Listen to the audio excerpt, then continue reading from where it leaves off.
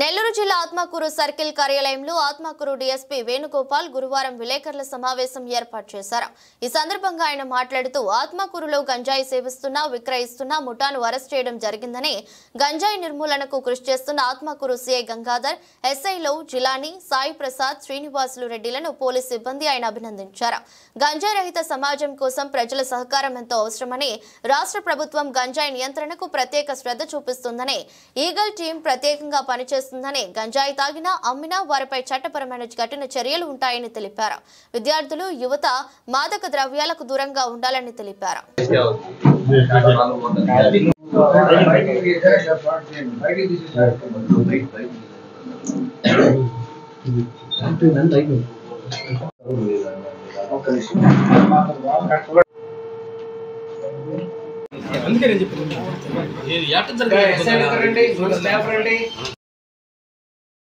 గంజాయి నిర్మూలించే భాగంగా మన నెల్లూరు జిల్లా ఎస్పీ గారు అయినటువంటి కృష్ణకాంత్ గారి ఉత్తర్వుల మేరకు ఈరోజు మా సి గంగాధరరావు మరియు వారి ఎస్ఐస్ వారి సిబ్బందికి రాబడిన సమాచారం మీద ఎక్కడో కొంతమంది వ్యక్తులు గంజాయి తాగుతున్నారని చెప్పి రాబడిన సమాచారం మీద ఈరోజు 5 మందిని గంజాయి తాగుతున్న 5 మంది వ్యక్తులను అరెస్ట్ చేయడమైంది. వాళ్ళ పేర్లు వచ్చేసి సుభాని, తరుణ్, మౌలాలి, మాలకొండయ్య. వీళ్ళ 5 మంది గంజాయి తాగుతూ ఉంటే వీళ్ళని అరెస్ట్ చేయడం జరిగింది.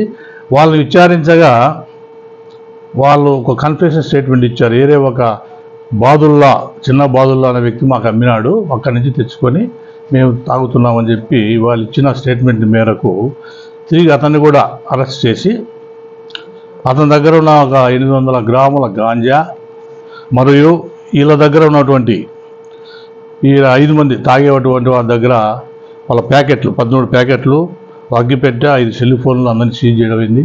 వాళ్ళని అరెస్ట్ చేయడం జరిగింది. వాళ్ళు రిమాండ్ పంపుతాము. ముఖ్యంగా నేను ప్రజలకు విన్నవించేది ఏంటంటే, ఈ గంజా విషయంలో ప్రతి ఒక్కరూ ఈ నిర్మూలించే దాంట్లో భాగంగా అందరూ కూడా భాగస్వాములు కావాలా.